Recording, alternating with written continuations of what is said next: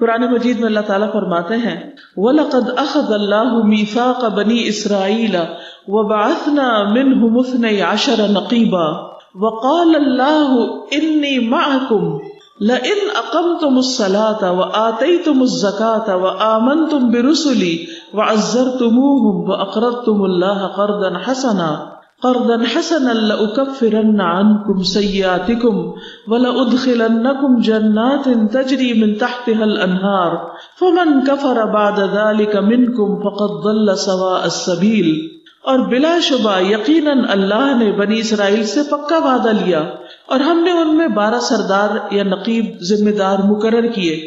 اور اللہ تعالیٰ نے فرمایا بے شک میں تمہارے ساتھ ہوں، بے شک میں تمہارے ساتھ ہوں اگر تم نے نماز قائم کی اور زکوٰۃ ادا کی اور میرے رسولوں پر ایمان لائے اور انہیں قوت دی یعنی ان کی مدد کی اور اللہ کو قرض دیا، اچھا قرض یعنی اللہ کے دین کی خدمت میں مال خرچ کیا، تو یقیناً میں تمہارے گناہ ضرور دور کر دوں گا، تمہاری غلطیوں کو معاف کر دوں گا اگر تم یہ کام کرتے رہے، اور یقیناً تمہیں ایسے باغوں میں داخل کروں گا جن کے نیچے نہریں بہتی ہیں. پھر جس نے اس کے بعد تم میں سے کفر کیا وہ یقیناً سیدھے رستے سے بھٹک گیا. تو گویا ان میں سے کسی ایک چیز کا بھی انکار پھر اللہ سبحانہ وتعالیٰ کی سخت ناشکری ہے. پھر اسی طرح جو شخص نماز ادا کرتا ہے وہ اللہ کے ذمے میں ہوتا ہے، وہ اللہ کی حفاظت میں ہوتا ہے. رسول اللہ صلی اللہ علیہ وسلم نے فرمایا جس نے صبح کی نماز پڑھی وہ اللہ کے ذمے میں ہے، بس اللہ تم سے اپنی حفاظت کے بارے میں کسی چیز کا مطالبہ نہ کرے، اس لیے کہ جس سے وہ یہ مطالبہ کرے گا یقیناً اسے اپنی پکڑ میں لے کر منہ کے بل جہنم میں پھینک دے گا. تو اس لیے جو شخص نماز پڑھتا ہے وہ اللہ کی حفاظت میں ہوتا ہے. مثلاً آپ ایک شخص نے صبح فجر کی نماز پڑھی اور ظہر ہونے سے پہلے اس کا انتقال ہو گیا تو اس نے اپنا آخری فرض پورا کر لیا، وہ اللہ کی حفاظت میں دنیا سے گیا. لیکن جس نے نماز ادا نہیں کی، فجر کے وقت سوتا رہ گیا اور خدا نہ خاصہ اسی دن اس کا دنیا سے جانے کا وقت آ گیا، تو وہ اللہ کو کیا منہ دکھائے گا کہ وہ کس نافرمانی کے ساتھ آ رہا ہے. پھر جو شخص نماز پڑھتا ہے اللہ تعالیٰ اس سے خوش ہو جاتا ہے. نبی صلی اللہ علیہ وسلم نے فرمایا جو مسلمان مرد نماز اور ذکر کے لیے مسجدوں میں پابندی سے حاضر ہوتا ہے اللہ تعالیٰ اس سے ایسے خوش ہوتے ہیں جس طرح مسافر کے گھر والے اس کے گھر واپس آنے پر خوش ہوتے ہیں. یعنی اگر کوئی شخص دور دراز کا سفر کر کے سوچیں کوئی آپ کا باہر سے آ رہا ہو، امریکہ سے، لندن سے، تو آپ کا اس دن حال کیا ہوتا ہے؟ وہ بھی کوئی بہت پیارا، آپ کے ماں باپ ہوں یا آپ کے بچے ہوں یا بہن بھائی ہوں، تو آپ سارا دن، بلکہ جب سے پتا چلتا ہے کہ وہ آ رہے ہیں آپ کے دل کے اندر ایک عجیب خوشی ہو جاتی، اور پھر جب وہ پہنچ جاتے ہیں تو آپ کی خوشی کی کوئی انتہا نہیں رہتی. تو اسی طرح جو لوگ باقاعدگی سے مسجدوں میں حاضر ہوتے رہتے ہیں اللہ تعالیٰ ان کے مسجد آنے پر اس قدر خوش ہوتے ہیں. لیکن کتنے ہی لوگ ہیں جن کے پاس یہ موقع ہوتا ہے کہ مسجد میں حاضر ہوں، اللہ تعالیٰ کو خوش کریں، لیکن وہ اس کی پرواہ نہیں کرتے کیونکہ ان کو پتہ ہی نہیں کہ وہ کتنا بڑا اپنا نقصان کر رہے ہیں. پھر اسی طرح جو نماز پڑھتا ہے وہ فرشتوں کی دعائیں بھی پاتا ہے. یعنی ہم ہر ایک سے کہتے ہیں میرے لیے دعا کرو، میرے لیے دعا کرو، لیکن جو شخص نماز پابندی سے پڑھتا ہے تو فرشتے بھی اس کے لیے دعا کرتے ہیں. رسول اللہ صلی اللہ علیہ وسلم نے فرمایا جب کوئی شخص نماز کے بعد اپنی جائے نماز پر بیٹھا رہتا ہے تو فرشتے اس پر درود پڑھتے رہتے ہیں، فرشتے اس پر درود پڑھتے رہتے ہیں. اور فرشتوں کا درود کیا ہے؟ یہ فرشتوں کی صلات کیا ہے؟ اللہم اغفر لہ، اللہم ارحمہ، اے اللہ اس کو معاف کر دے، اے اللہ اس پر رحم فرما. یعنی بعض لوگوں کا حال کیا ہے کہ ادھر سلام پھیرتے ہیں اور چھٹ اسی وقت اٹھ کے بھاگ نکلتے ہیں، نہ آیت الکرسی پڑھتے ہیں، نہ تسبیحات پڑھتے ہیں، نہ کوئی ذکر اذکار کرتے ہیں، نہ کوئی دعا مانگتے. بس ایسا لگتا ہے کہ جیسے انہوں نے کوئی بوجھ سر سے اتارا اور اس وقت اٹھ کے پھر چل پڑے، اور دنیا میں ادھر ادھر گپ شپ، لوگوں سے باتیں اور اپنے دل پسند مشغلے وہ شروع کر دیتے ہیں. وہ فون اٹھا لیا، ٹیلی ویژن کھول لیا، کچھ اور کرنے لگ گئے، اور کتنا سنہری موقع اپنے ہاتھ سے وہ جانے دیتے ہیں. اگر آپ کسی کو پیسے دے کے بھی بٹھائے نا کہ آپ بیٹھ جاؤ اور میرے لیے دعائیں کرتے رہو، تو بھی لوگ پتہ نہیں کس دل سے کریں گے. تو یہاں پر آپ دیکھیے کہ کس طرح صرف آپ نے نماز کے بعد کچھ دیر مصلی پہ بیٹھ جانا ہے اور بیٹھ کے ذکر اذکار کرنے اور دعائیں مانگنی. جتنی دیر بھی آپ بیٹھے رہیں اتنی دیر فرشتے دعائیں کرتے رہیں گے. اسی طرح اگر وہ بیٹھ کر اگلی نماز کا انتظار کرتا رہے تو فرشتے اس پر بھی صلات پڑھتے ہیں اور ان کی صلات یہی ہے اللہم اغفر لہ اللہم ارحمہ، اے اللہ اسے معاف کر دے، اے اللہ اس پر رحم فرما۔ کیا ہم سب کو معافی اور رحم کی ضرورت ہے؟ سب کو ہے۔ کس کس کو؟ سب کو، الحمدللہ ہم سب کو ہے۔ تو اس کا طریقہ کیا ہے؟ فرشتوں کی دعائیں لینے کا، کہ نماز کے بعد اطمینان سے تھوڑی دیر بیٹھ جائیں، اللہ یہ کہ کوئی بہت مجبوری ہو تو آپ کو اٹھ کے بھاگنا پڑے، کبھی سفر ہوتا ہے، کبھی جلدی ہوتی ہے، کبھی کوئی دروازہ ناک کر رہا ہوتا ہے، کسی کو بھوک لگی ہے، کھانا مانگ رہا ہوتا ہے، لیکن اس کی بھی تھوڑی سی اگر انسان پلاننگ کر لے نا کہ ذرا سا پہلے شروع کر دے تاکہ بعد میں تھوڑی سی کم از کم تسبیحات فاطمہ جو ہے 33 دفعہ سبحان اللہ، 33 بار الحمدللہ، 34 بار اللہ اکبر پڑھ کے تو دعا مانگ لے، تو اتنا کر سکے تو اتنا بھی کر لے، اتنی دیر خود بھی ہم دعا مانگ رہے، فرشتے بھی مانگ رہے ہیں۔ پھر اسی طرح اللہ سبحانہ وتعالیٰ ایسے بندوں پر رحم فرماتے ہیں۔ سورۃ النور 56 میں اللہ تعالیٰ فرماتے ہیں وَأَقِيمُوا الصَّلَاةَ وَآتُوا الزَّكَاةَ وَأَطِيعُوا الرَّسُولَ لَعَلَّكُمْ تُرْحَمُونَ، اور نماز قائم کرو اور زکوٰۃ ادا کرو اور رسول کا حکم مانو تاکہ تم رحم کیے جاؤ۔ یعنی ہم میں سے کوئی بیمار ہوتا ہے، کسی کا کوئی کام اٹکا ہوا ہوتا ہے، کسی کو کوئی اور پریشانی ہوتی ہے، وہ کیا چاہتا ہے کہ میری پریشانیاں دور ہو، یا اللہ تو مجھ پہ رحم فرما، کہتے ہیں نا، تو اس کا حل کیا ہے کہ نمازیں پڑھیں، فرض کے علاوہ نوافل ادا کریں۔ سورۃ التوبہ 71 میں اللہ تعالیٰ فرماتے ہیں والمؤمنون والمؤمنات والمؤمنون والمؤمنات بعضهم اولیاء بعض یأمرون بالمعروف وینہون عن المنکر ویقیمون الصلاة ویؤتون الزکاة ویطیعون اللہ ورسولہ اولئک سیرحمہم اللہ ان اللہ عزیز حکیم۔ اور مومن مرد اور مومن عورتیں ان کے بعض کے دوست ہیں، یعنی آپس میں ان کے اندر بہت پیار محبت ہے، مومن عورتوں میں بھی اور مومن مردوں میں بھی آپس میں بہت اچھی انڈرسٹینڈنگ ہے، یعنی وہ ایک دوسرے کے لیے مہربان اور شفیق ہیں، وہ نیکی کا حکم دیتے ہیں اور برائی سے منع کرتے ہیں اور نماز قائم کرتے ہیں اور زکوٰۃ دیتے ہیں اور اللہ اور اس کے رسول کا حکم مانتے ہیں۔ یہی لوگ ہیں جن پر اللہ ضرور رحم کرے گا، یہ اللہ کا وعدہ ہے۔ اولئک سیرحمہم اللہ ان اللہ عزیز حکیم، بے شک اللہ سب پر غالب اور کمال حکمت والا ہے۔ پھر اسی طرح نبی صلی اللہ علیہ وسلم نے فرمایا جب تم میں سے کوئی آدمی نماز کے لیے کھڑا ہوتا ہے تو اللہ تعالیٰ کی رحمت اس کی طرف متوجہ ہو جاتی، وہ اس کی طرف آنے لگتی، یعنی آپ ادھر سے اللہ اکبر کہتے ہیں اور ادھر سے اللہ سبحانہ وتعالیٰ کی رحمت آپ کی طرف آنے لگتی، آپ اللہ کی خاص رحمت میں آ جاتے ہیں۔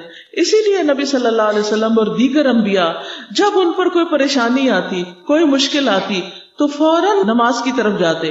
پھر اسی طرح گناہوں کی بخشش کا ذریعہ کس طرح ہے؟ نبی صلی اللہ علیہ وسلم نے فرمایا جب بندہ کوئی بھی گناہ کر بیٹھے، ہم سب انسان ہم سے غلطیاں ہو جاتی، اگر کوئی غلطی ہو جائے چھوٹی ہو یا بڑی ہو، پھر اچھی طرح وضو کر کے کھڑے ہو کر 2 رکعت نماز پڑھے، پھر اللہ سے معافی مانگے تو اللہ تعالیٰ اس کو بخش دیتا ہے۔ یعنی نماز گناہوں کو جلانے والی، گناہوں کو دھونے والی ہے۔ پھر آپ نے یہ آیت پڑھی والذین اذا فعلوا فاحشۃ او ظلموا انفسهم ذکروا اللہ، کہ وہ لوگ جب ان سے کوئی بے حیائی کا کام ہو جاتا ہے یا اپنی جانوں پر کوئی ظلم کر بیٹھتے ہیں تو فوراً اللہ کو یاد کرنے لگتے ہیں۔ تو یہ اللہ کی یاد جو ہے یہ ان کے لیے اللہ کی رحمت لانے کا ذریعہ بن جاتی ہے اور گناہوں کی معافی کا ذریعہ۔ حمران بن ابان کہتے ہیں کہ ایک مرتبہ ہم عثمان رضی اللہ تعالیٰ عنہ کے پاس تھے، انہوں نے پانی منگوا کر وضو کیا، جب وضو سے فارغ ہوئے تو مسکرانے لگے اور فرمایا کیا تم جانتے ہو کہ میں کیوں مسکرا رہا ہوں، میں کیوں خوش ہو رہا ہوں؟ پھر انہوں نے یاد کیا کہ ایک مرتبہ رسول اللہ صلی اللہ علیہ وسلم نے بھی اسی طرح وضو کیا تھا جیسے میں نے کیا، پھر آپ بھی مسکرائے تھے جیسے میں مسکرایا، یعنی مجھے وہ وقت یاد آ گیا ہے۔ جس سے پتہ چلتا ہے کہ صحابہ کرام نے صرف حدیثوں کو لفظاً نہیں روایت کیا بلکہ عملی طور پر روایت کیا۔ اور پھر آپ نے فرمایا، یعنی حضور صلی اللہ علیہ وسلم نے، کیا تم جانتے ہو کہ میں کیوں مسکرا رہا ہوں؟ ہم نے عرض کیا اللہ اور اس کا رسول ہی بہتر جانتے ہیں کہ آپ اس وقت کیوں مسکرا رہے ہیں۔ آپ نے فرمایا جب بندہ وضو کرتا ہے اور کامل وضو کر کے نماز شروع کرتا ہے اور کامل نماز پڑھتا ہے، یعنی پوری طرح رکوع سجدہ ہر چیز ادا کرتا ہے، تو اپنی نماز سے اس طرح نکلتا ہے جیسے کہ ماں کے پیٹ سے گناہوں سے پاک نکلا تھا۔ یعنی اچھی طرح وضو کرے کہ کوئی حصہ خشک نہ رہے، سارے اعضاء دھوئے جو دھونے چاہیے، صحیح طرح مسح کرے، اور پھر اس کے بعد نماز پوری پڑھے تو وہ ایک طرح سے سارے اپنے گناہ جھاڑ کے آ جاتا ہے، انسانوں کا بوجھ ہلکا ہو جاتا ہے۔ رسول اللہ صلی اللہ علیہ وسلم نے فرمایا جب مسلمان بندہ اللہ کی رضا حاصل کرنے کے لیے نماز پڑھتا ہے تو اس کے گناہ اسی طرح جھڑ جاتے ہیں جس طرح درخت کے پتے جھڑتے ہیں. سوکھے درخت کے پتے جیسے ایک ایک کر کے گرتے چلے جاتے ہیں. رسول اللہ صلی اللہ علیہ وسلم نے یہ بھی فرمایا کہ بندہ جب نماز کے لیے کھڑا ہوتا ہے تو اس کے سارے گناہ لا کر اس کے کندھے پہ رکھ دیے جاتے ہیں. یعنی کھڑے ہوئے یہاں رکھ دیے گئے. جب وہ رکوع کرتا ہے تو وہ نیچے گر جاتے ہیں, سجدہ کرتا ہے تو وہ اس سے جھڑ جاتے ہیں. تو اس طرح وہ اس بوجھ سے آزاد ہو جاتا ہے. پھر وہ مشہور حدیث بھی آپ کو یاد ہوگی کہ حضور صلی اللہ علیہ وسلم نے یہ فرمایا تھا کہ اگر کسی شخص کے دروازے پر نہر جاری ہو, یہ آپ کے بھی دروازے پہ نہر ہے یہاں, اور وہ روزانہ اس میں 5 مرتبہ نہائے, آپ تو شاید ایک بار بھی نہیں اس میں ڈبکی لگائے ہوں گے, تو فرمایا کہ تمہارا کیا گمان ہے, تمہارا کیا خیال ہے کہ کیا اس کے بدن پر میل کا کچھ بھی حصہ باقی رہے گا؟ آپ یوں سمجھے کہ دن میں 5 دفعہ آپ شاور کرنے جاتے ہیں, یعنی پورا نہاتے ہیں جا کے, ایک دفعہ بھی نہا لے تو ایسے احساس ہوتا صاف ہے. فرمایا یہی حال 5 نمازوں کا ہے, یہی حال 5 نمازوں کا ہے. اللہ تعالیٰ ان کے ذریعے گناہوں کو مٹا دیتا ہے. یعنی جیسے 5 دفعہ شاور لیا ایسے 5 دفعہ سارے گناہ انسان کے جھڑ گئے اور بالکل ہلکا پھلکا ہو کر صاف ستھرا ہو کر بستر میں جاتا ہے رات کو سونے کے لیے. اور اگر نماز نہیں پڑھتا تو گناہوں کی پوٹلی ساتھ لے کے جاتا ہے اور اسی بوجھ کے ساتھ اٹھتا ہے اور وہی بوجھ لے کے دنیا کے کام کاج کرتا ہے, اور اس طرح یہ نجاست بڑھتی چلی جاتی. قرآن مجید سورۃ ہود 114 میں اللہ تعالیٰ فرماتے ہیں وَأَقِمِ الصَّلَاةَ طَرَفَيِ النَّهَارِ وَزُلَفًا مِّنَ اللَّيْلِ إِنَّ الْحَسَنَاتِ يُذْهِبْنَ السَّيِّئَاتِ ذَلِكَ ذِكْرَىٰ لِلذَّاكِرِينَ. اور دن کے دونوں سروں پر اور کچھ رات گزرنے پر نماز قائم کرو, یعنی فجر, مغرب, عشاء, بلا شبہ نیکیاں برائیوں کو دور کر دیتی ہیں. ان الحسنات یذھبن السیئات, یہ ایک یاد دہانی ہے ان لوگوں کے لیے جو اللہ کو یاد رکھنے والے ہیں. یعنی جو لوگ اللہ سے محبت کرتے ہیں, اللہ کو یاد کرتے ہیں, انہیں چاہیے کہ ان نمازوں کی پابندی کریں, کیونکہ برائیاں کرتے ہی رہتے ہیں تو ان کو ساتھ ساتھ صاف کر دینا چاہیے. جیسے آپ ہر روز گھر صاف کرتے ہیں, ہر روز کرتے ہیں نا, کسی طرح آپ یہ تو نہیں کہتے کہ آج تو صفائی کی ضرورت ہی نہیں. جو سلیقہ مند خواتین ہوتی وہ ایک دن بھی نہیں جانے دیتی. پھر اسی طرح روزانہ پیش آنے والے فتنوں کا کفارہ. اچھا یہ فتنے کیا ہوتے ہیں؟ آپ اچھا بھلے اٹھے, ٹھیک ٹھاک, آپ کا موڈ اچھا تھا, آپ کچن میں کام کر رہے تھے کہ اتنے میں بچہ آیا, اس نے فریج کھولا اور ہاتھ مارا اور دودھ کا دیگچا گرا دیا. اب آپ کیا کریں گے؟ کیا کریں گے اس وقت؟ خاموش رہیں گے, کچھ نہیں کہیں گے اس کو؟ ہو سکتا ہے وہ چھوٹا سا معصوم بچہ جس کو سمجھ ہی کوئی نہیں کہ یہ اگر اس کو میں نے پکڑ کے اس طرح کیا تو نیچے گر کے سب تباہی ہو جائے گی, تو آپ کیا کرتے ہیں؟ آپ کبھی تو ڈانٹتے ہیں اور کبھی مار بھی دیتے ہیں. نماز کے لیے تو آپ 10 سال تک نہیں مار سکتے, تو دودھ گرنے پر کتنا نقصان ہو جاتا ہے کہ آپ مارنا شروع کر دیتے ہیں بچوں کو. کئی مائیں بڑی ظالم ہوتی ہیں, چھوٹی چھوٹی بات پر بچوں کی چمڑی ادھیڑ دیتی, غصہ کسی اور پہ ہوتا ہے نکالتی بچوں پر. یہ ظلم میں آتا ہے, ظلم, اس کی اجازت نہیں ہے. یہ نہیں کہ وہ ہمارے بچے ہیں تو ہم اب کلی اختیار ہیں, وہ اللہ کے مخلوق ہے, اللہ کے بندے ہیں, ان پر اگر ظلم زیادتی کی تو دیکھنی پڑے گی. اب یہ جو ہم نے ظلم کر لیا, اب کیا کریں؟ پھر اس کے بعد کبھی ایسا ہوتا ہے کہ آپ کام کر رہے ہوتے ہیں, کوئی کھانا بنا رہے ہیں, میاں نے آ کے کہا جلدی کرو جلدی کرو, آپ کو غصہ آ جاتا ہے, آپ 2 باتیں سنا دیتے ہیں اور زیادتی کر جاتے ہیں. اب بعد میں آپ کا غصہ ٹھنڈا ہوتا ہے تو آپ کو شرمندگی ہوتی ہے کہ میں نہ ہی بولتی تو اچھا تھا. اتنے میں تھوڑی دیر میں گھر کا دروازہ کھٹکتا کوئی مہمان آ جاتے ہیں, تو آپ اندر جا کے کہتے ہیں لو پھر آ گئے ہیں وہ آج. اب یہ آپ کو نہیں کہنا چاہیے تھا لیکن آپ نے کہہ دیا. پھر اسی طرح ہمسایوں کے بچے نے کوئی چیز پھینکی اپنے گھر سے, وہ آ کے توڑا اس نے آپ کے گھر میں کچھ. تو یہ جتنی بھی چیزیں چھوٹی موٹی دن میں سارا دن ہوتی ہیں نا, اور ہم سے غلطیاں ہو جاتی ہیں, بد اخلاقی پہ اتر آتے ہیں, زیادتی پہ اتر آتے ہیں, تو ان فتنوں کا یا ان آزمائشوں کا جو کفارہ ہے, اس کے لیے بھی نماز اور صدقہ بہت مجرب. یہ نماز اور صدقہ انسان کے وہ فتنہ جو اس کی بیوی, اولاد اور پڑوسی پہ ہوتا ہے, اس کے لیے کفارہ بن جاتا ہے. نماز, صدقہ اور اچھی بات, اس سے یہ گناہ مٹ جاتے ہیں. پھر اسی طرح دنیا اور آخرت دونوں میں نور حاصل کرنے کا ذریعہ ہے. حدیث میں آتا ہے الصلاۃ نور, نماز روشنی ہے, نور ہے. ایک اور جگہ پر فرمایا فرض اور نفل نماز نور ہے, یہ دل میں نور ہے, چہرے میں نور ہے, قبر میں نور ہے, حشر میں نور ہے, کہیں اندھیرا نہیں ہوگا. یعنی اگر چاہتے ہیں کہ قبر میں روشنی ہو تو وہاں واپڈا کی لائن نہیں لگے گی, وہاں نماز ہی ساتھ جائے گی تو روشنی ہوگی. اور ایک حقیقت ہے کہ انسان جس وقت صحیح معنوں میں اللہ تعالیٰ کی عبادت کرتا ہے، نماز پڑھتا ہے، دعا مانگتا ہے، تو اس کے اندر ایک سکون سا آ جاتا ہے، اس کے دل کے اندر سے غم کے اندھیرے چھٹنے لگتے ہیں اگر واقعی صحیح معنوں میں وہ نماز پڑھتا ہے۔ پھر اسی طرح راحت اور سکون کا ذریعہ ہے۔ سالم بن ابو جاد سے روایت ہے کہ ایک آدمی نے کہا کاش میں نماز پڑھ لیتا تو سکون پاتا، تو دوسرے لوگوں نے گویا اس کے اس انداز پر برا منایا کہ یہ کیا کہہ رہا ہے۔ اس نے کہا کہ میں نے رسول اللہ صلی اللہ علیہ وسلم سے سنا تھا، آپ فرماتے تھے بلال نماز کی اقامت کہو اور ہمیں اس سے راحت پہنچاؤ۔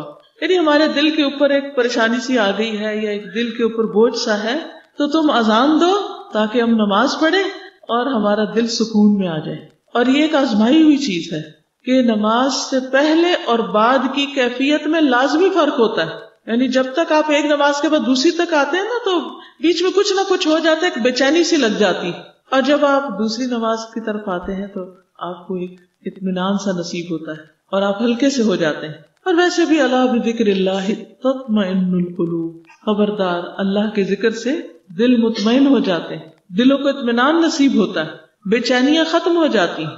پھر اسی طرح نبی صلی اللہ علیہ وسلم نے نماز کو اپنی آنکھوں کی ٹھنڈک قرار دیا کہ نماز میری آنکھوں کی ٹھنڈک۔ پھر آپ دیکھیے کہ نماز جو ہے یہ جسم اور روح کی مشترکہ ورزش ہے، ایک ایکسرسائز ہے، انسان کو ایکٹیو بناتی ہے، اور جب ایکٹیو بناتی ہے تو انسان کو باقی کام کاج بھی آسان لگتے ہیں اور کام بھی مشکل نہیں لگتے، کیونکہ جسم کے اندر اتنی فلیکسیبلٹی آ جاتی ہے کہ اٹھنا بیٹھنا، نیچے سے کچھ اٹھانا، کچھ کرنا، یہ سب چیزیں آسان ہو جاتی۔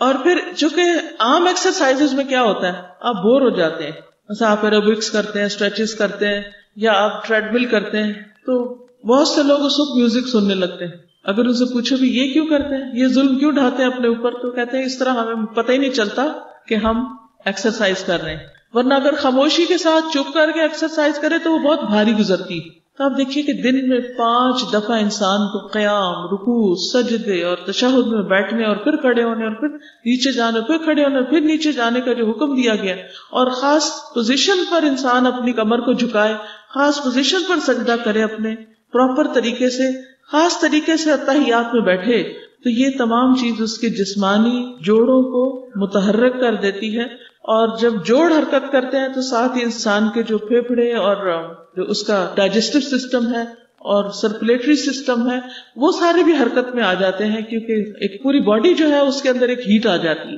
اور دوسری طرف اللہ سبحانہ وتعالیٰ کی جو عبادت ہے یا اللہ کا ذکر ہے وہ بھی ساتھ جاری رہتا ہے، جس سے دل کو اطمینان ہوتا ہے۔ پھر انسان حشاش بشاش اور خوش مزاج ہو جاتا ہے۔ نبی صلی اللہ علیہ وسلم نے فرمایا شیطان تم میں سے ہر ایک آدمی کی گردن پر جب وہ سو جاتا ہے 3 گرے لگا دیتا ہے۔ جو سوتا ہے تو شیطان نوٹس لگاتا ہے گردن پہ اور ہر گرہ پہ پھونک مارتا ہے، کیا کہتا ہے ابھی رات بڑی لمبی ہے۔ تو جب کوئی بیدار ہوتا ہے اور اللہ کا ذکر کرتا ہے، یعنی آنکھ کھلی اور کہا الحمدللہ الذی احیانا بعد ما اماتنا والیہ النشور، تو 1 گرہ کھل جاتی۔ جب وضو کرتا ہے تو 2 گرے کھل جاتی ہیں، جب نماز پڑھ لیتا ہے تو ساری گریں کھل جاتی۔ تو یہ جو جنات اور جادو، ان سب چیزوں کا بھی حل یہی ہے، انسان شیطان کے تسلط اور جنات کے تسلط سے آزاد ہونے کے لیے کثرت سے نماز پڑھے۔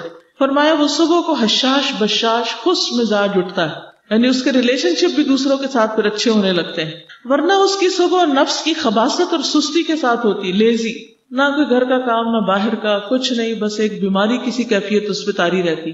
آپ دیکھیے کہ جو خاتون خانہ نماز کی پابندی کرتی، صبح جلدی اٹھتی، اس کے وقت میں کتنی برکت ہوتی ہے، وہ صبح صبح سارے کام مکمل کر لیتی۔ لیکن اس کے برعکس جو عورتیں نماز میں سستی کرتی، صبح سوئی رہتی، بچے نوکروں کے ہاتھ پہ ہوتے ہیں، اور آپ کو پتہ ہے کہ کتنے واقعات آپ نے ایسے سنے ہوں گے، اور اب تو اخباروں میں بھی کھل کے آنے لگ گیا ہے کہ میڈز اور میل سروینٹس کے ہاتھوں بچے کس طرح ابیوز ہوتے ہیں، وہ ان کے ساتھ بعض اوقات کیسی گندی گندی حرکتیں کرتے ہیں، کیونکہ انہوں نے تو نہ کوئی دین پڑھا نہ دنیا پڑھی، انہیں کیا پتا کیا جائز ہے کیا نہ جائز ہے۔ اور ویسے بھی آپ دیکھیں ہم خود بھی جب اپنے بچے سنبھالتے ہیں تو ہم تھک جاتے ہیں، تھکتے ہیں نا، تنگ آ جاتے ہیں نا کبھی، پھر کبھی 1-2 لگا بھی دیتے ہیں۔ تو جن میڈس پر آپ اپنے بچے سارا وقت چھوڑے رکھتے ہیں وہ نہیں تھکتی ہوں گی؟ جب وہ تھکتی ہوں گی تو بچوں کے ساتھ کیا کرتی ہوں گی؟ انہیں کیا پڑی؟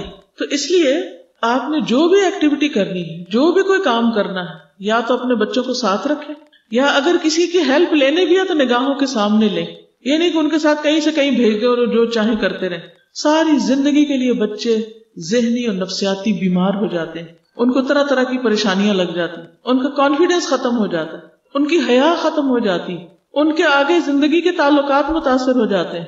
تو اس لیے اپنے بچوں پر اور اپنی نسلوں پر یہ ظلم نہ ڈھائیں کہ ٹوٹل ذمہ داری ان کے اوپر ڈال دیں۔ تو بچوں کو سنبھالنے کی طاقت بھی کہاں سے آئے گی؟ نماز ہی سے آئے گی۔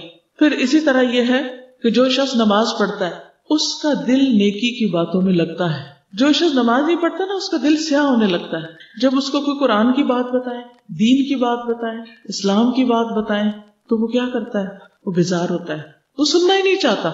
مثلا اگر آپ کا بچہ نماز نہیں پڑھتا نا تو آپ اسے اللہ سبحانہ وتعالیٰ کی، رسول اللہ صلی اللہ علیہ وسلم کی کوئی بات بتائیں گے تو کیا ہوگا؟ وہ نہیں سننا چاہے گا، کیونکہ شیطان نے اس کے دل پہ قبضہ کر رکھا ہے۔ ابھی آپ نے سورۃ الناس سنی ہوگی کہ کس طرح قل اعوذ برب الناس ملک الناس الہ الناس، اللہ سبحانہ وتعالیٰ کے 3 ناموں کے ساتھ اللہ تعالیٰ کی پناہ لی گئی، اور پھر کس سے بچنے کے لیے؟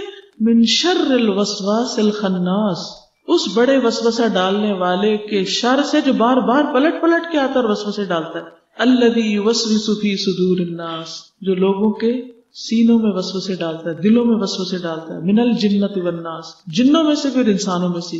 آپ دیکھیے کہ ہمارے بچے اور ہمارے قریب عزیز دوست بعض اوقات ایسے ماحول میں ہوتے ہیں جہاں کوئی اللہ کا نام نہیں لیتا، کوئی بھی نماز نہیں پڑھتا۔ جب وہ ان لوگوں کے بیچ میں رہتے ہیں تو پھر وہ انہیں جیسے ہونے لگتے ہیں، ماحول ان پر اثر انداز ہوتا ہے۔ اور پھر جب ان سے کہا جاتا ہے کہ آؤ دین کی طرف، آؤ قرآن پڑھو، تو ان کا دل نہیں لگتا، ان کو مزہ ہی نہیں آتا، ان کو اس میں کوئی انٹرسٹ نہیں ہوتا۔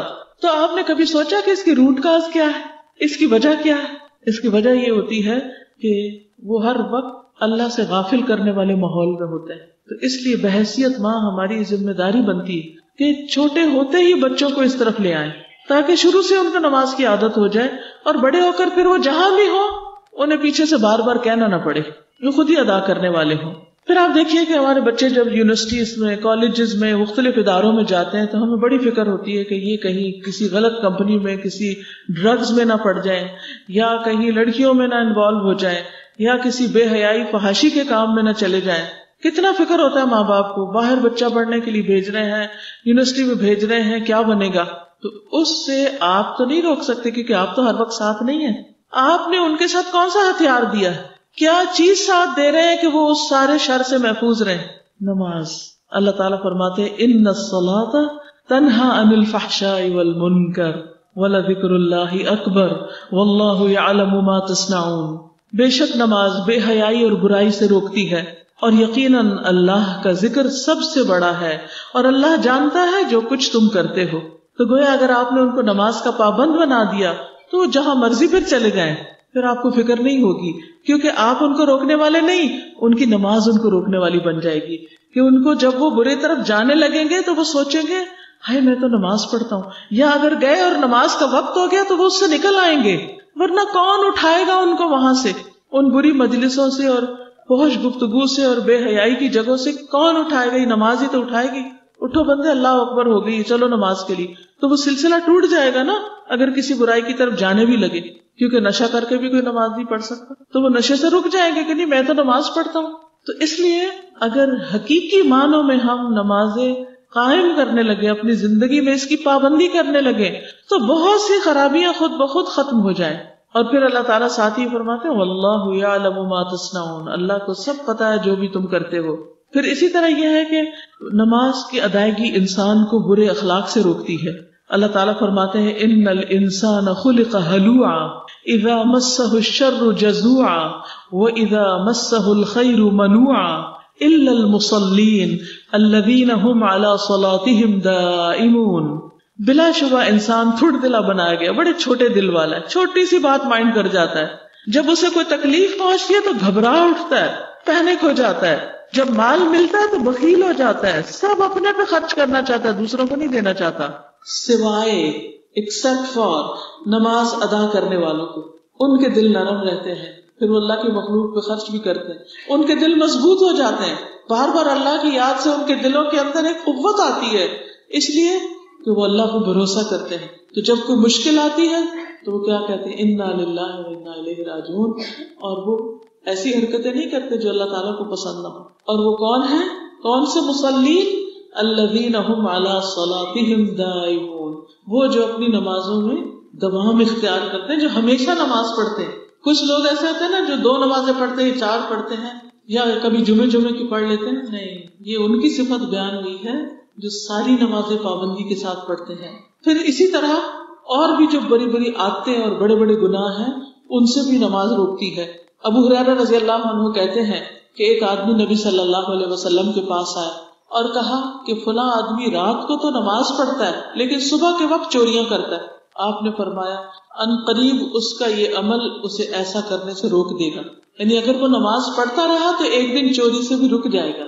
کیونکہ انسان کے دل کی کیفیات مختلف ہوتی رہتی ہیں. جب انسان اللہ اکبر کرتا ہے، اللہ کے حضور حاضر ہوتا ہے، تو انسان سوچتا ہے کہ اچھا میں کیا کرتا ہوں. اس کو اپنے اعمال بھی یاد آتے ہیں، اس کو اپنے گناہوں پر شرمندگی بھی ہوتی ہے کہ میں اللہ تعالیٰ کے سامنے کس منہ سے جا کے کھڑا ہو رہا ہوں. اور اس طرح یہ شرمندگی اس کو آئندہ بڑے بڑے گناہوں سے، کبیرہ گناہوں سے بچا لیتی ہے. لیکن اگر انسان نماز بھی نہیں پڑھتا اور برے کام کرتا تو وہ اور زیادہ شیطان اس کو بکپ کرتا رہتا ہے، وہ دلیر ہو جاتا ہے.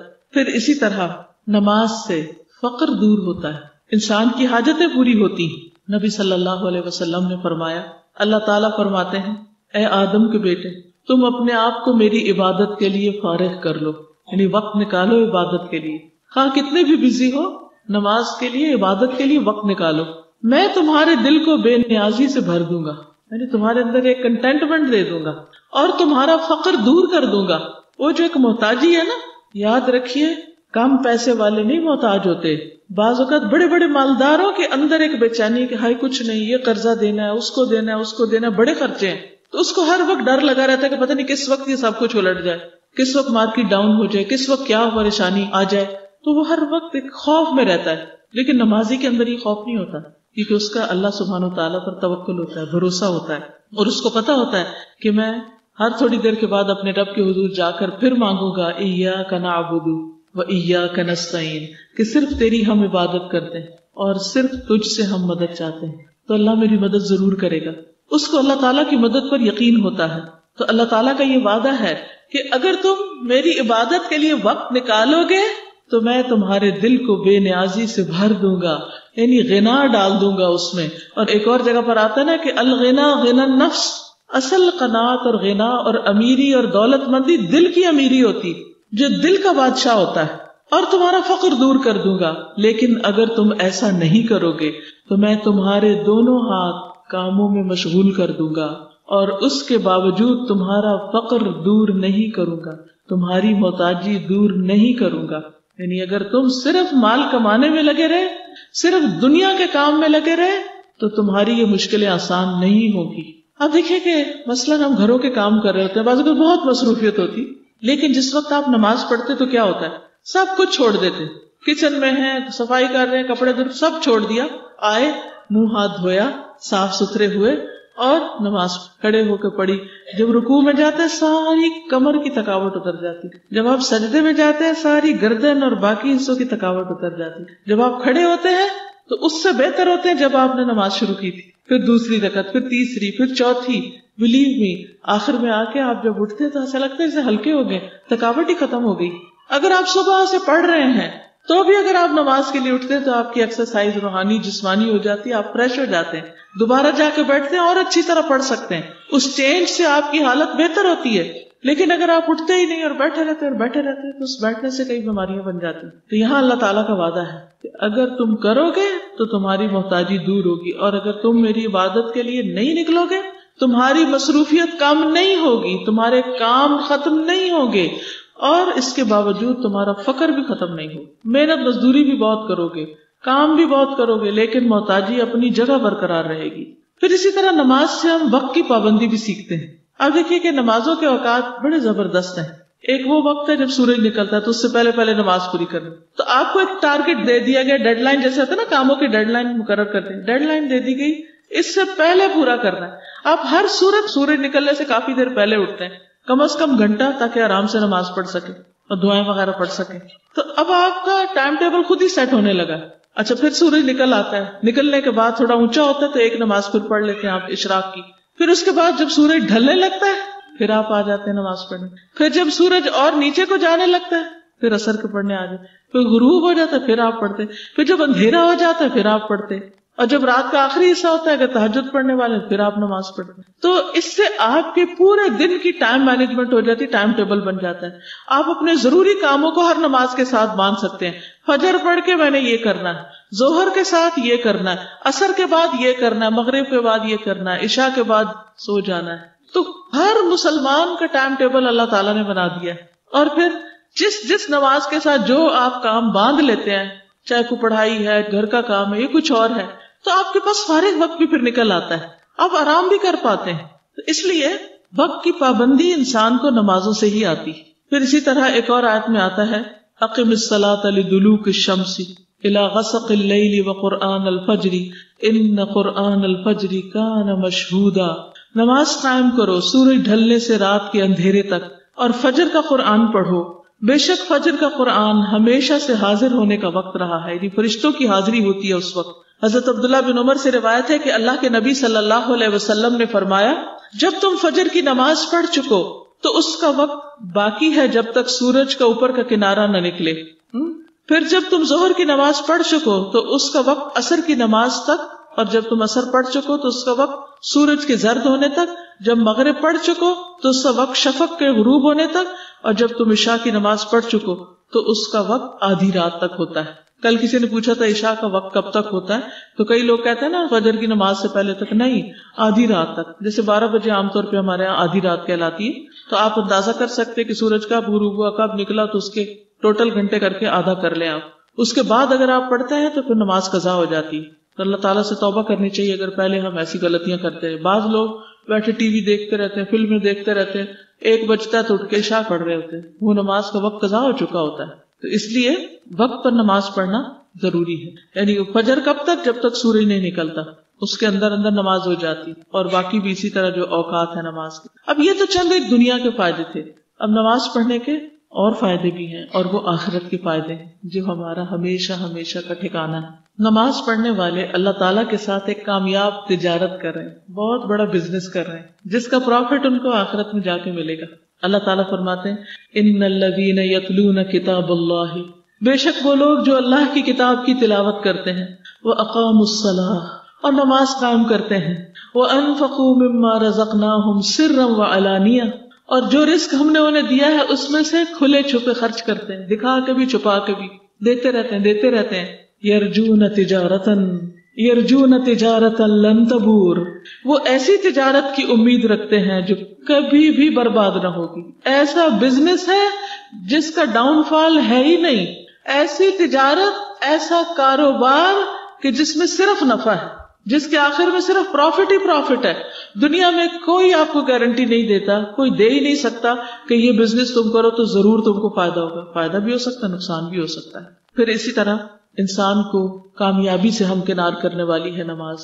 فرمایا قد افلح المؤمنون الذین هم فی صلاتهم خاشعون، یقیناً کامیاب ہو گئے مومن جو اپنی نمازوں میں خشوع کرنے والے ہیں، یعنی پوری توجہ کے ساتھ نماز ادا کرتے ہیں. پھر اسی طرح ہر قسم کے خوف اور غم سے نجات ہوگی ان لوگوں کو قیامت کے دن جو نمازیں ادا کرتے ہیں. فرمایا ان الذین آمنوا وعملوا الصالحات واقاموا الصلاة وآتوا الزکاة لهم اجرهم عند ربهم ولا خوف علیہم ولا هم يحزنون، بے شک وہ لوگ جو ایمان لائے اور انہوں نے نیک عمل کیے اور نماز قائم کی اور زکوٰۃ ادا کی، ان کے لیے ان کا اجر ان کے رب کے پاس ہے، اور ان پر نہ کوئی خوف ہوگا نہ کوئی غم. سوچئے اگر آپ کسی ایسی جگہ پر ہو کہ جہاں آپ کو کوئی ڈر نہیں کسی چیز کا، نہ کسی انسان کا، نہ جن کا، نہ اندھیرے کا، نہ کسی سانپ کا، نہ بچھو کا، نہ گرمی کا، نہ سردی کا، نہ بھوک کا، نہ پیاس کا، کسی چیز کا کوئی خوف نہیں اور کسی چیز کا کوئی غم بھی نہیں، کوئی دل میں دکھ ہے ہی نہیں، سب بھول گئے کیونکہ ایسی خوشی ملی کہ کچھ باقی نہیں رہا دل میں. تو یہ خوشیاں کس کے لیے ہوگی؟ وہ جو نمازوں کی پابندی کرتے ہیں اور وہ جو زکوٰۃ کی ادائیگی کرتے ہیں. لیکن اگر یہ کام نہ کیے تو خواہ دنیا کو آپ محل بنا لے، دنیا میں آپ کے محلات ہوں، پیلسز ہوں، تب بھی یہ محلات آپ کو آخرت میں اس خوف اور غم سے نجات نہیں دے سکتے اگر اللہ کا حق ادا نہ کیا. پھر اسی طرح اجر عظیم کا باعث ہے یہ عبادت. اللہ تعالیٰ فرماتے ہیں والمقیمین الصلاۃ والمؤتون الزکاۃ والمؤمنون باللہ والیوم الآخر اولئک سنؤتیہم اجرا عظیما. وہ جو نماز ادا کرنے والے ہیں، جو زکوٰۃ دینے والے ہیں، اللہ اور یوم آخرت پر ایمان لانے والے ہیں، یہ لوگ ہیں جنہیں ہم عنقریب بہت بڑا اجر عطا کریں گے، بہت بڑا اجر عطا کریں گے، یعنی جس کا انسان تصور ہی نہیں کر سکتا. پھر اسی طرح اگر انسان فرض نماز کے علاوہ کچھ نوافل بھی ادا کرتا ہے تو دنیا میں اس کو خوشخبری دی گئی کہ کتنا بڑا اجر کما کے اٹھا. وہ رسول اللہ صلی اللہ علیہ وسلم نے فرمایا جو آدمی اپنے گھر سے وضو کر کے فرض نماز کے لیے نکلتا ہے تو اس کا ثواب ایسا ہے جیسے حاجی احرام باندھے ہوئے آئے، اور جو شخص چاشت کی نماز کے لیے نکلے اور اس مشقت یا اٹھ کھڑے ہونے کی غرض صرف یہی نماز ہو، ایسا آدمی کا ثواب عمرہ ادا کرنے والے کی طرح ہے. یعنی اگر کوئی شخص بیٹھے اپنا کام کر رہا ہے، مثلاً آپ لکھ رہے ہیں، پڑھ رہے ہیں یا کوئی اور کام کر رہے ہیں، کتنے میں چاشت کا وقت ہو جاتا ہے، ابھی آپ کا یہ کام ہے لیکن آپ وہ ادھر ہی چھوڑ دیتے ہیں اور آپ آ کے 2 نفل پڑھ لیتے ہیں، ایسا جیسے عمرہ کر کے آئے کہ اس کو صرف ان 2 رکعتوں نے اٹھایا اور کوئی مقصد نہیں تھا. کیونکہ دنیا کے کام چھوڑ کے، دنیا کی رونقیں چھوڑ کے اللہ کے ذکر کے لیے مصلی بچھا لینا یہ آسان نہیں ہوتا، لیکن جس کے لیے اللہ آسان کر دے آسان ہے اور اس کے لیے اجر عظیم ہے. ان عبادتوں کو معمولی نہ سمجھیں، اس سے بڑے بڑے فرق پڑ جائیں گے لوگوں کے درمیان آخرت میں بھی. ایسے لوگوں کے اجر ضائع بھی نہیں ہوں گے، کیونکہ ہم سوچتے ہیں پتہ نہیں ہم نے جو کیا ہے اس کا کوئی ثواب ہوگا کہ نہیں، پتہ نہیں کچھ ملے گا نہیں، کیا ہوگا کیا نہیں.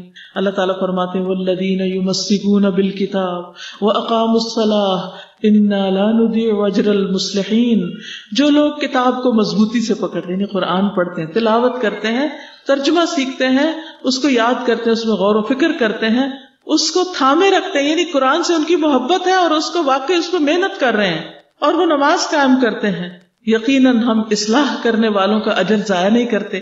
ایسے لوگوں کا اجر ثواب سب محفوظ ہو رہا ہے، قیامت کے دن جائیں گے اور اپنی کمائی کو وہاں پائیں گے. پھر درجوں کی بلندی کا ذریعہ کیسے ہے؟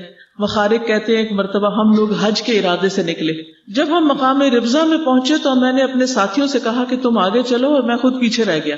تو میں ابو ذر رضی اللہ تعالیٰ عنہ کی خدمت میں حاضر ہوا اور وہ نماز پڑھ رہے تھے. میں نے ان کو طویل قیام اور کثرت سے رکوع سجدے کرتے ہوئے دیکھا. میں نے ان سے اس چیز کا تذکرہ کیا کہ آپ اتنی نماز کیوں پڑھ رہے ہیں؟ انہوں نے کہا میں اپنی طرف سے بہتر میں کوئی کمی نہیں کرتا. جو میں نے رسول اللہ صلی اللہ علیہ وسلم کو یہ فرماتے ہوئے سنا ہے، جو شخص ایک رکوع یا ایک سجدہ کرتا ہے اس کا ایک درجہ بلند کیا جاتا ہے، ایک گناہ معاف کر دیا جاتا ہے. اس لیے صرف فرض نمازوں پر ہی اکتفا نہ کیا کریں بلکہ نوافل سے بھی اپنے درجات کی بلندی کا اہتمام کریں. پھر اسی طرح جو شخص 40 دن تک جماعت سے نماز پڑھتا ہے اور تکبیر اولیٰ کے ساتھ پڑھتا ہے، اس کے لیے 2 آزادیاں لکھ دی جاتی، ایک جہنم سے آزادی، دوسری منافقت سے آزادی. یعنی جو شخص 40 دن تک مسجد میں اس طرح نماز پڑھتا ہے کہ پہلی تکبیر اس کی نہیں فوت ہوتی، ساتھ ہی امام کے اللہ اکبر کر لیتا ہے، تو اس کو سرٹیفکیٹ مل جاتا کہ یہ منافق نہیں اور اس کو جہنم میں نہیں جانا. یہ وہی حاصل کر سکتا ہے، یہ اتنا آسان نہیں ہے سرٹیفکیٹ حاصل کرنا، اس میں ٹائم کی پابندی اور پورا اہتمام کرنا ہوگا، کیونکہ کہیں نہ کہیں کچھ نہ کچھ اس میں لیٹ ہو ہی جاتا ہے. پھر آپ دیکھیے کہ نماز قبر میں بندے کی حفاظت کرے گی. کس کس کو قبر میں جانے سے ڈر لگتا ہے؟ واقعی ڈرنے کی چیز. آج ہم کہیں گئے ہوئے تھے تو وہاں کچھ قبریں دیکھی ہم نے، تو ہم نے درس میں آنا تھا، ہم لوگ آ گئے تو میں سوچ رہی تھی کہ وہ لوگ تو وہیں رہ گئے، وہ تو نہیں اٹھ کے آ سکے، وہ تو اس مجلس میں نہیں بیٹھ سکے. کیا ان کا دل نہیں چاہتا ہوگا کہ ہم بھی کوئی نیکیاں کما لیں؟ لیکن وہ وہاں سے نہیں اٹھ سکے. میں ایک قبر کو دیکھ رہی تھی کہ اس کے اوپر وہ بڑی بڑی وہ سلیں بھی لگی ہوئی ہیں اور مٹی اتنی ساری پڑی ہے، اور اس کے اندر پتہ نہیں ان کا حال کیا ہو رہا ہے اس وقت. وہ باہر آنا بھی چاہے تو آ نہیں سکتے، اب اندر کوئی جا بھی نہیں سکتا، نہ کوئی پنکھا لے کے، نہ کوئی بستر لے کے، نہ کوئی کھانا لے کے، کچھ بھی نہیں. لیکن آج میرے پاس آزادی ہے کہ میں اس جگہ کو چھوڑ کے، اس قبرستان کو چھوڑ کے یہاں آ کے بیٹھ گئی. تو اس پر کتنا شکر ادا کرے اللہ کا. تو آپ دیکھیے کہ جب بندے کو قبر میں دفنایا جاتا ہے، قبر میں رکھ دیا جاتا ہے اور مٹی ڈال دی جاتی ہے، تو وہ دفنانے والوں کے جوتوں کی آواز سنتا ہے. یعنی وہ واپس ٹھک ٹھک ٹھک ٹھک ٹھک جا رہے ہوتے ہیں نا، تو اس کو اندر آواز آ رہی ہوتی. اگر وہ مومن ہوتا ہے تو اس کی نماز اس کے سرانے کی طرف آ جاتی ہے، اس کو بچانے کے لیے فوراً نمازیں آ جاتی ہیں. روزہ اس کے دائیں طرف آ جاتا ہے، زکوٰۃ بائیں طرف آ جاتی ہے، صدقہ اور دیگر نیکیاں جو اچھے کام ہوتے ہیں وہ پاؤں کی طرف آ جاتے ہیں. تو اگر کوئی چیز اس کے سر کی طرف سے آنے لگے تو نماز کہتی ہے میری طرف سے آنے کا کوئی راستہ نہیں, تو وہ چیز دائیں طرف سے آنے چاہتی ہے. روزے کہتے ہیں میری طرف سے نہیں آ سکتے, پھر وہ اس کے بائیں طرف سے آنا چاہتی ہے وہ چیز, کوئی تکلیف دینے والی, کوئی اس کو پریشان کرنے والی. تو زکوٰۃ کہتی ہے کہ نہیں ادھر سے نہیں, یہ رستہ بند ہے. پھر وہ اس کے پاؤں کی طرف سے آنا چاہتی ہے, تو دیگر نیک اعمال, صدقہ اور نیکیاں اور لوگوں سے اچھا سلوک, وہ کہتا ہے میری طرف سے بھی آنے کا کوئی راستہ نہیں. اس طرح وہ میت پوری طرح حفاظت میں ہوتی. لیکن اگر نمازیں ہی نہیں ہوئی تو کوئی اپنی پڑھ کے ہمیں اندر بھیجے گا؟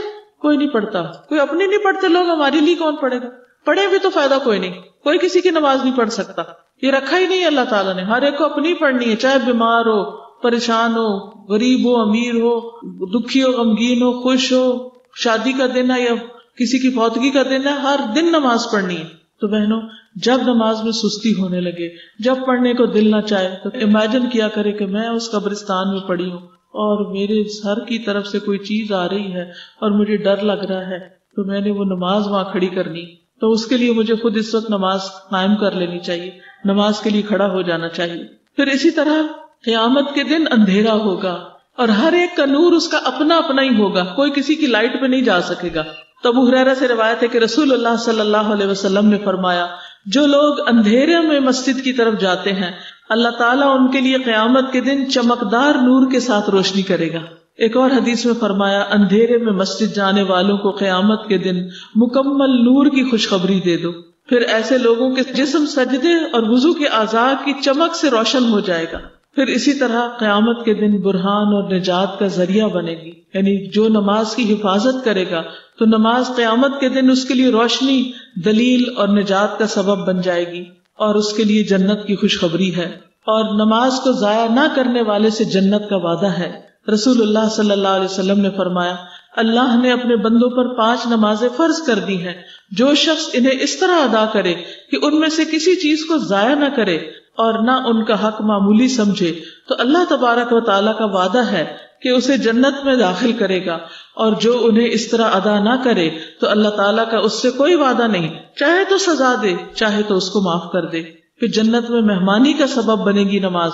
رسول اللہ صلی اللہ علیہ وسلم نے فرمایا, جو شخص مسجد میں صبح شام حاضری دیتا ہے اللہ تعالیٰ جنت میں اس کی مہمانی کرے گا, وہ صبح اور شام جب بھی مسجد میں جائے. پھر نمازوں کی وجہ سے جنت میں پہلے داخلہ مل جائے گا, پرائرٹی بیسس پر. ابو ہریرہ کہتے ہیں کہ قبیلہ قزاع کے ایک خاندان بلی کے 2 شخص نبی صلی اللہ علیہ وسلم پر ایمان لائے ایک ہی دن. ان میں سے ایک تو جہاد کرتے ہوئے شہید ہو گیا, دوسرا 1 سال اور زندہ رہا اور پھر وہ بھی فوت ہو گیا. طلحہ بن عبید اللہ کہتے ہیں کہ میں نے خواب میں دیکھا کہ وہ شخص جس کا 1 سال کے بعد انتقال ہوا تھا وہ شہید سے پہلے جنت میں جا رہا ہے. تو مجھے بڑی حیرانی ہوئی.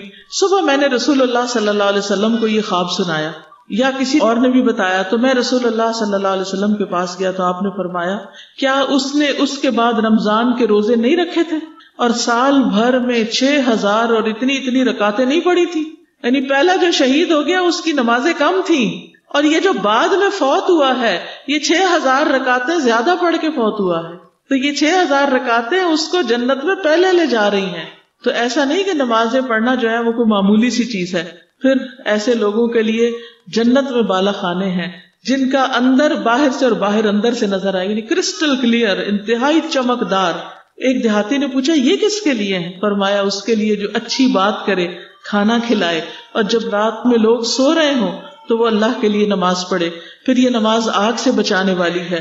پھر اسی طرح سجدے کے نشان پر آگ حرام ہے, یعنی جب انسان نماز پڑھتا ہے تو پیشانی پہ اس کے نشان پڑ جاتا ہے, ہاتھوں پہ گٹے پڑ جاتے ہیں, پاؤں پہ لوگوں کے نشان پڑ جاتے ہیں, تو ان جگہوں پر آگ نہیں لگے گی.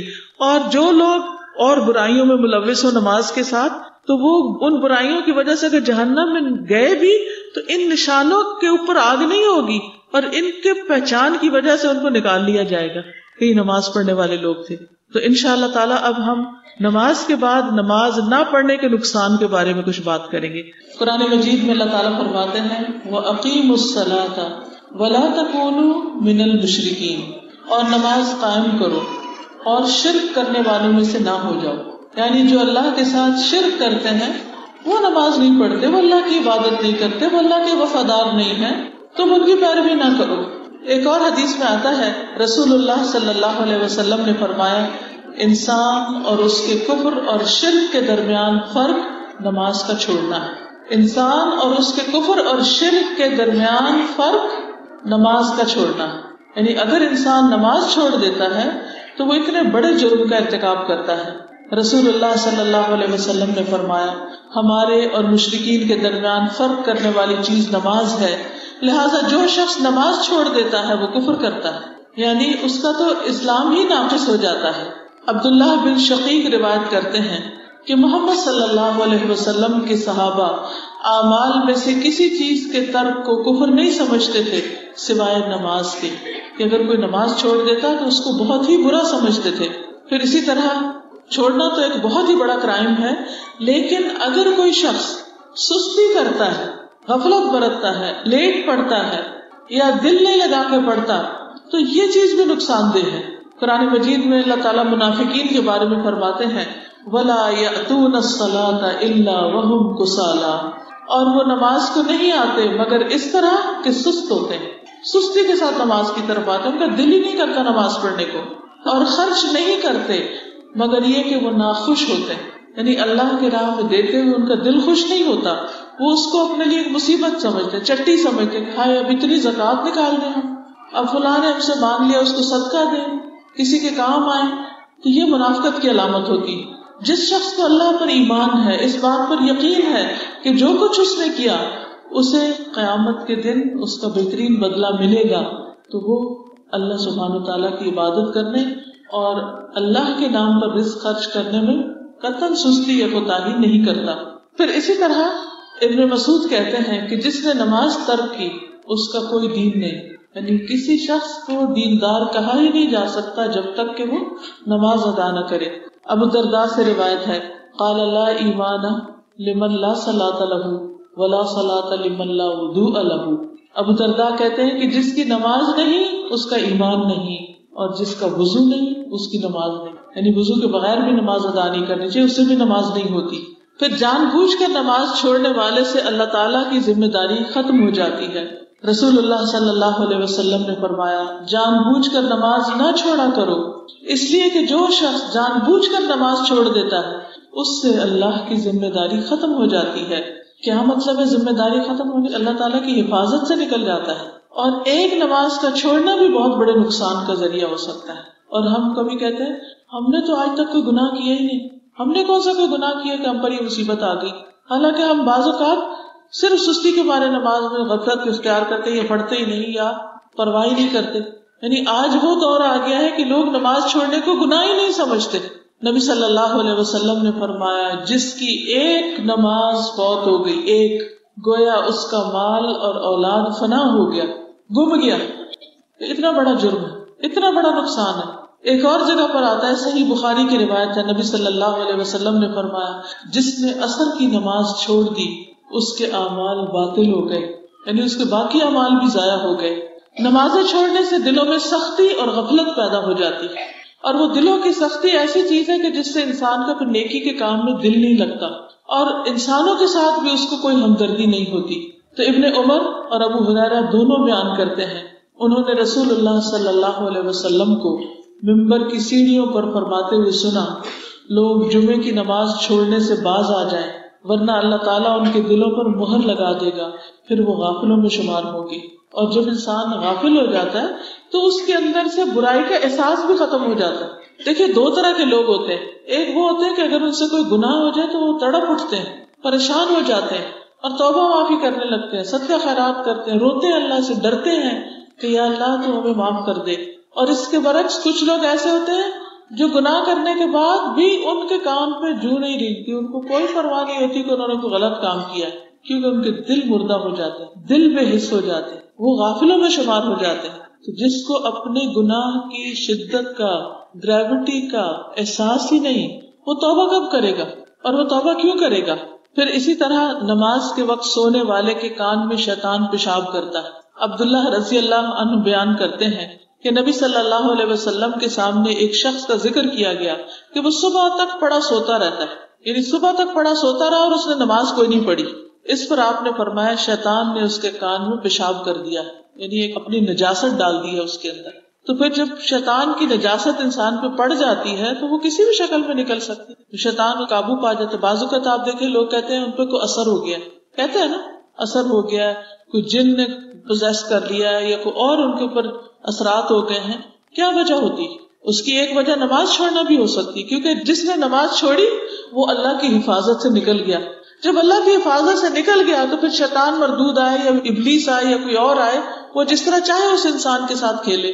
پھر اسی طرح جو شخص نماز چھوڑتے ہیں ان کی دوستی بھی پھر ایمان والوں سے اور دین والوں سے نہیں رہتی.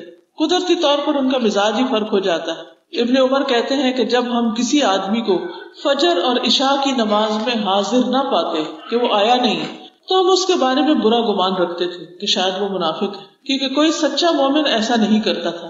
اور آج آپ دیکھیں کتنے گھروں کے مرد فجر اور عشاء میں مسجد جاتے ہیں. اگر آج صحابہ کرام ایسے مردوں کو دیکھیں تو ان کے بارے میں کیا فتویٰ لگائیں. قرآن مجید کی کچھ آیتوں سے بھی پتہ چلتا ہے کہ بے نمازی کے مرنے پر اللہ تعالیٰ کس طرح ناراض ہوتے ہیں. سورۃ القیامہ میں آتا ہے وَالْتَفَّتِ السَّاقُ بِالسَّاقِ إِلَىٰ رَبِّكَ يَوْمَئِذٍ الْمَسَاقُ فَلَا صَدَّقَ وَلَا صَلَّىٰ وَلَٰكِنْ كَذَّبَ وَتَوَلَّىٰ. اور پنڈلی پنڈلی کے ساتھ جڑ جائے گی, یعنی جب روح نکلنے لگتی ہے تو پاؤں یا ٹھنڈے ہو جاتے ہیں, انسان اپنے آپ ہلا بھی نہیں سکتا. إِلَىٰ رَبِّكَ يَوْمَئِذٍ الْمَسَاقُ. اس دن تیرے رب ہی کی طرف روانگی ہے. اب جانے کا وقت آ گیا, اب دنیا میں رہنے کا وقت ختم ہو گیا. نہ تو اس نے تصدیق کی اور نہ نماز ادا کی, لیکن اس نے جھٹلایا اور منہ پھیرا. تو مطلب یہ کہ اب اللہ کو جا کے کیا منہ دکھائے گا. تو ہم اگر اللہ تعالیٰ کی عبادت سے بھاگتے ہیں, نہیں ادا کرنا چاہتے, تو کبھی سوچے کہ ہم بھاگ کر کہاں جائیں گے, کہاں چھپیں گے, کیسے بچیں گے.